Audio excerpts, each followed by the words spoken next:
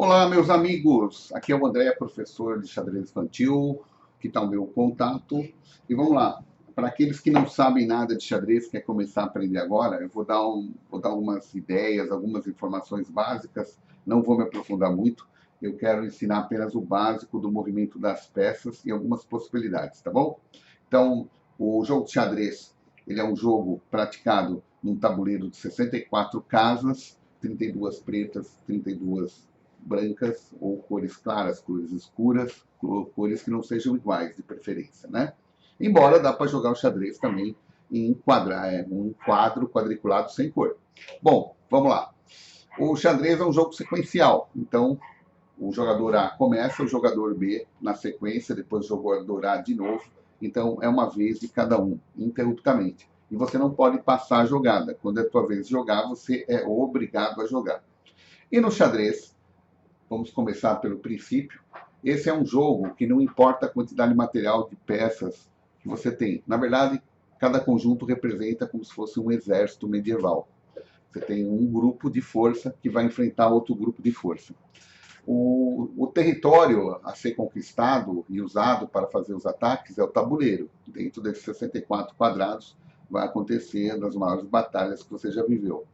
Então, nessa batalha, se você conseguir capturar o rei adversário, você vence a guerra toda, né? Não é só uma batalha, você vence a guerra, então você vence o jogo. Então, se o teu rei for capturado pela habilidade do seu inimigo ou falta de habilidade sua, você será derrotado, tá bom? E no jogo de xadrez é assim, as brancas, por uma definição tradicional, as brancas iniciam o jogo. Porque alguém precisa iniciar o jogo, né? Mas eles decidiram que eram as brancas, né? E não as negras. Então, as brancas iniciam o jogo mais por uma questão religiosa, da pureza, da cor branca, aquela coisa toda, né? Então, vamos lá. As brancas sempre vão começar a partida. O jogo de xadrez, no contrário, outra diferença que ele tem, porque a primeira analogia é com o jogo de damas, né? O jogo de xadrez, quando você captura uma peça do adversário, você fica no lugar dela, por exemplo. Você está aqui, o teu cavalo captura essa peça, ele fica exatamente no lugar dela, tá bom? No xadrez, quando uma peça captura a outra, ela fica no lugar dela, tá? Então, entenda que sempre que você capturar, a sua peça fica no lugar. Bom, nós temos uma variante de peças. Ao contrário do jogo de damas, você tem vários tipos de peça com potenciais e poderes diferentes. Cada peça tem uma função específica. Por exemplo, na linha da frente você tem os peões. Os peões são a unidade básica do jogo de xadrez, mas são também a peça mais importante depois do rei. Porque o peão é um elemento em transformação.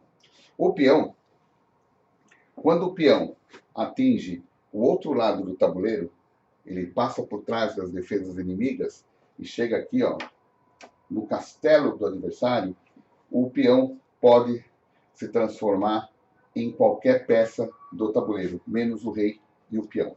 Então, se o teu peãozinho conseguir chegar até aqui, vamos supor, não tivesse, se o teu peão chegasse até aqui, o teu peão ia se transformar, por exemplo, numa torre, num cavalo, num bispo ou numa dama.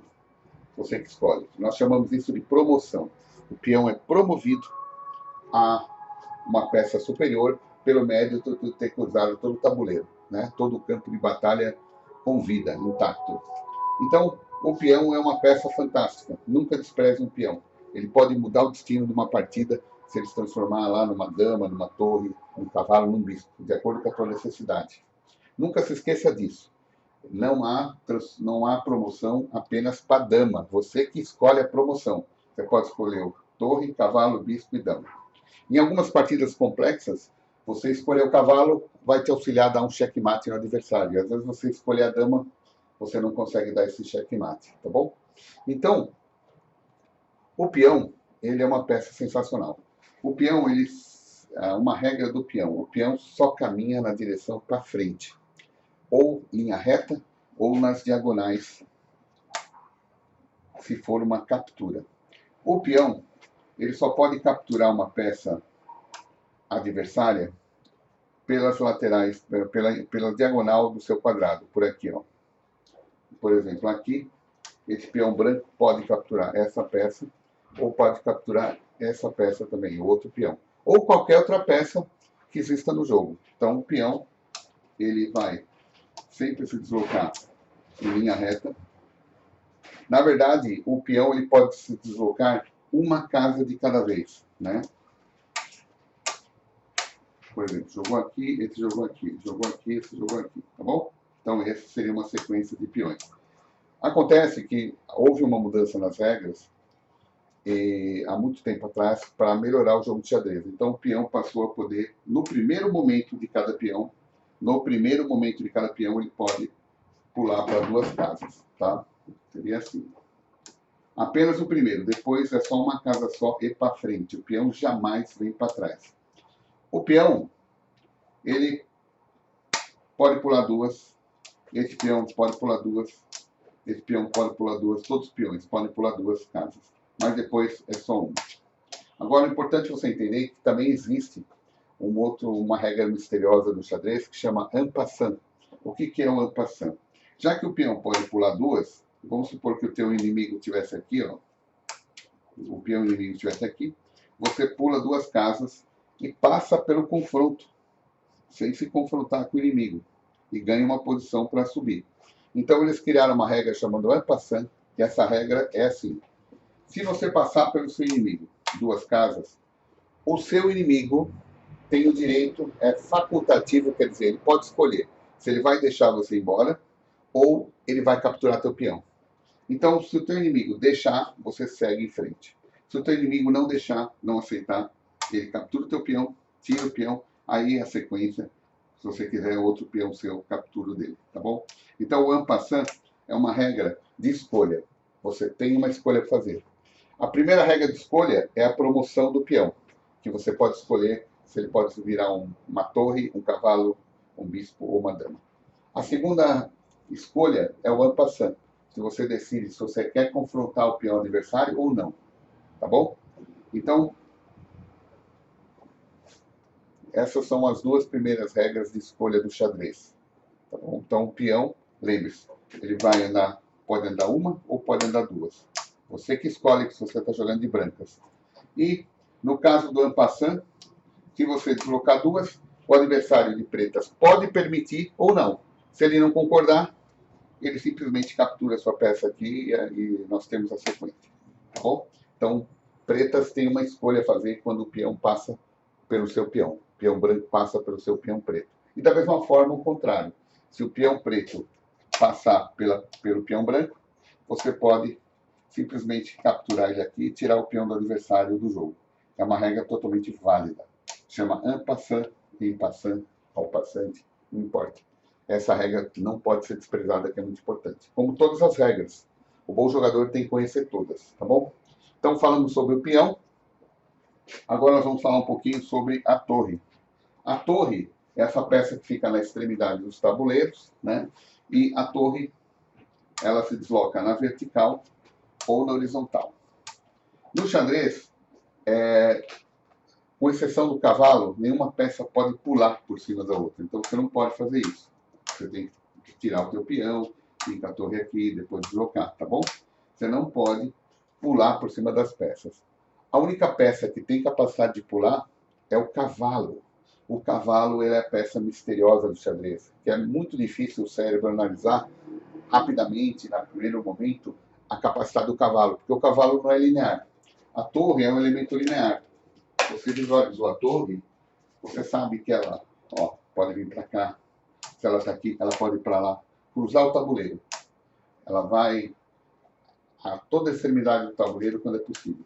O cavalo não. O cavalo, ele salta por cima das peças, só que numa distância mais curta. Mas a sua trajetória é em formato de um L. Note que, por exemplo, esse cavalo aqui, ele pode vir aqui, porque formou um L. Esse L, como que você faz para calcular o L?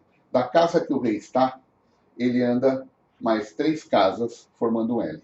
Então, não importa onde o cavalo esteja, da onde que ele está, ele anda 3 casas formando um L. Então, ele pode vir para cá, ele pode vir para cá, ele não pode vir para cá porque tem uma peça da mesma cor. Então aqui é impeditivo. Ele pode retornar para a casa dele. Então o cavalo pode ir para frente, para trás, para os lados, contando que esse movimento descrito forme um L de 3 casas a mais, tá bom? Então o cavalo está aqui, ele pode vir para cá, ó, formou um L. Ele pode muito bem vir para cá, para cá, para cá ou para cá. E fica aquela regra do meu querido mestre Paulo Leal, que o cavalo no canto é um jegue, um jumento. E o cavalo no centro, aqui na frente, é um puro sangue. Vai dar bons resultados, tá bom? Então, vou fazer o movimento aqui do cavalo, ó, cavalo branco. Observando que esse movimento aqui sempre é um pouco problemático, né? Porque o cavalo fica no cantinho, então reduz as possibilidades do cavalo. Por exemplo, esse cavalo aqui no canto, ele pode atingir a casa de retorno, ele pode atingir essa outra casa aqui formando um L, né? A nota que forma um L, de onde ele está, 1, 2, 3. Ou pode fazer o L dobrado, ó, 1, 2, 3. Então o cavalo pode vir para cá e o cavalo pode vir para cá também. Aqui ele não pode porque tem uma peça da mesma cor. Aí o cavalo, vamos fazer uma caminhada do cavalo para vocês terem um exemplo. Ele pode vir aqui.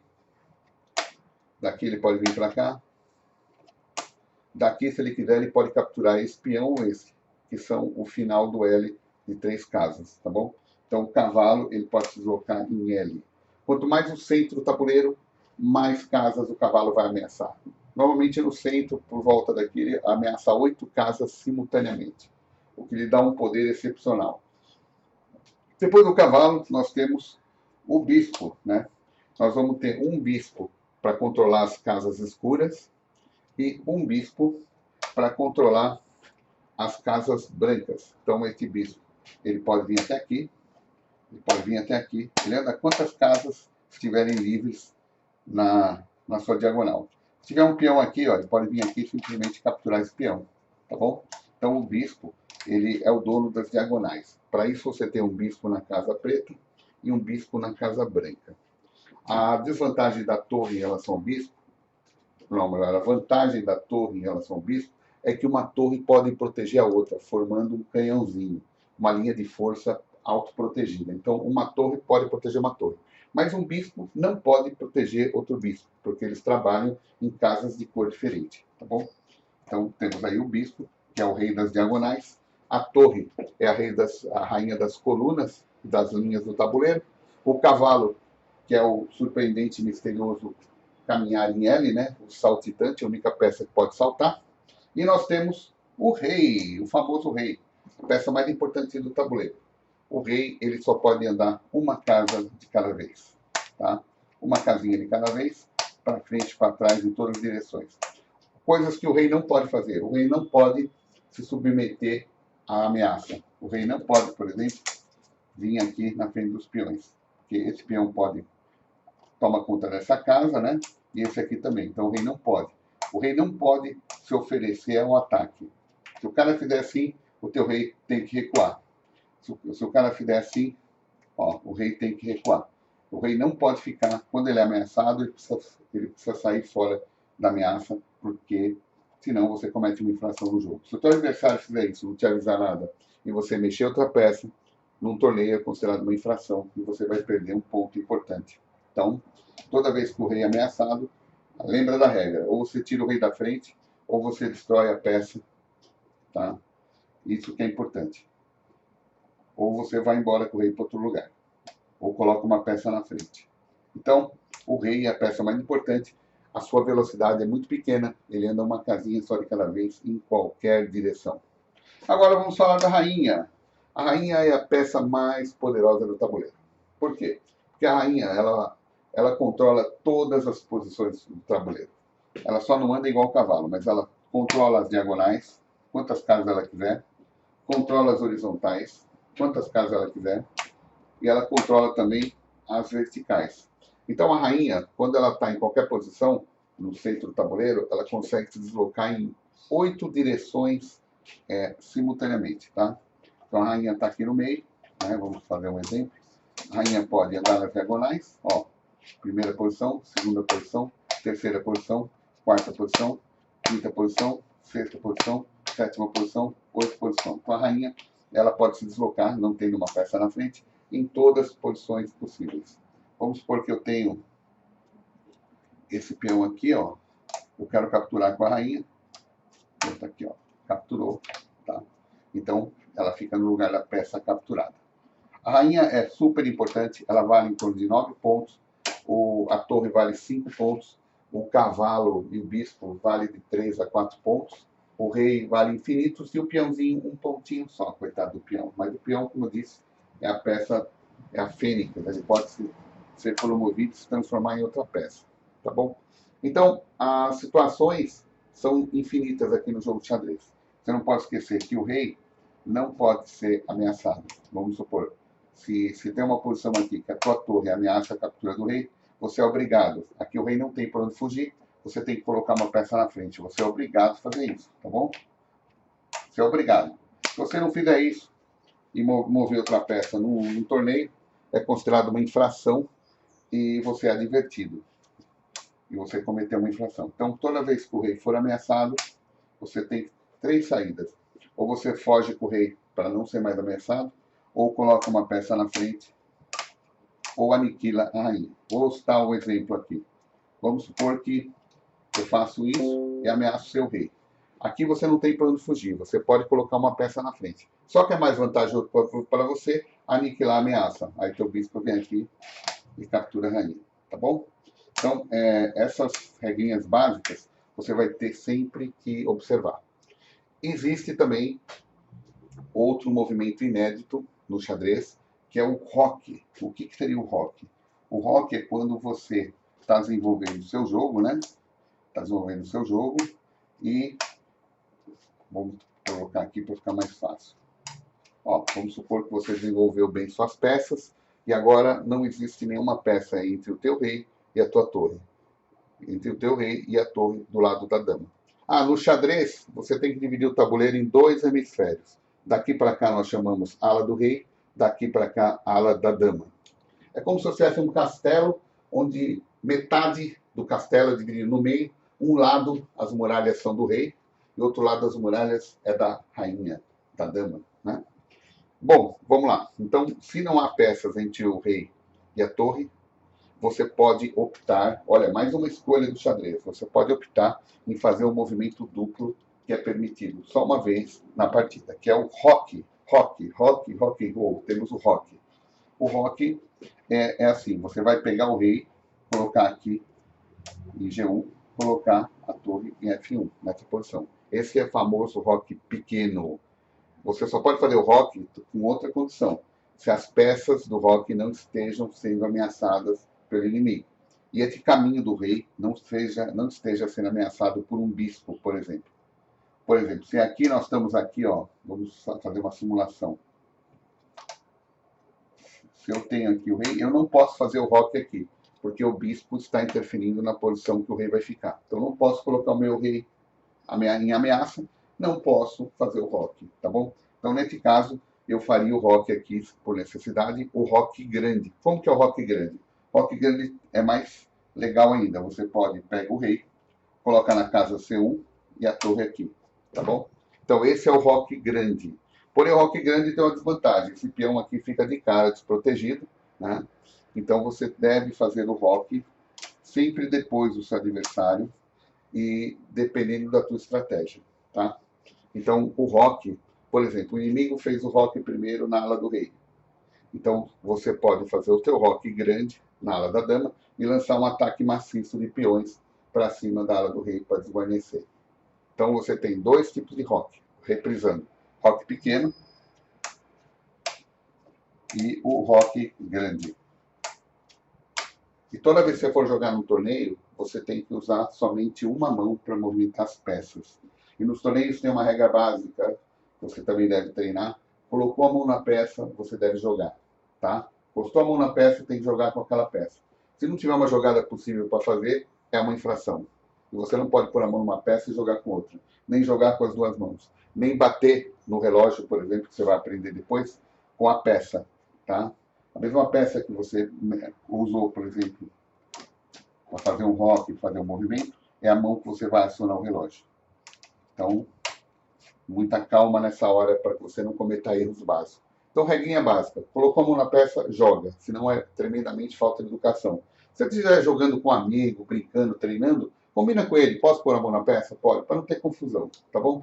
Então tá lá, essas são as regrinhas básicas do xadrez para você poder ter uma noção de como funciona essa maravilhosa atividade mental, né? O xadrez. É um esporte da mente. E, como sempre, o xadrez todo, o objetivo é capturar o rei. Capturou o rei.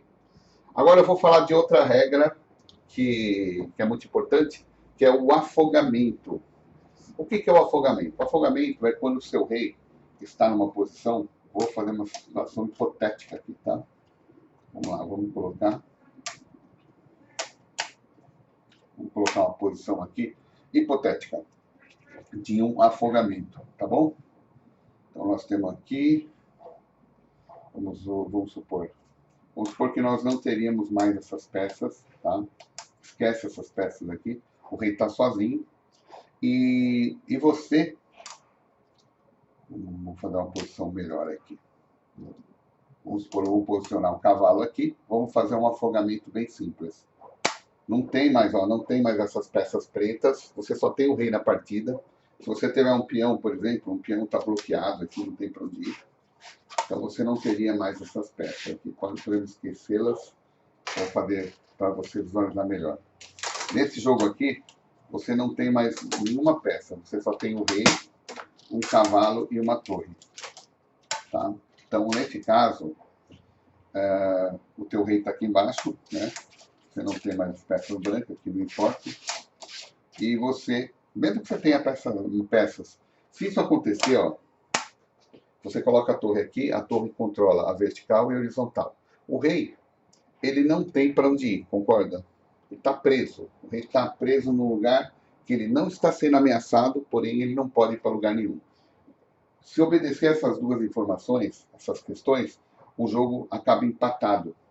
Então, se o jogador de brancas fizer isso, ele deixar o rei numa situação que ele não tem para onde ir, e onde ele está, ele não está ameaçado, e a vez das pretas, por exemplo, a partida está empatada por afogamento.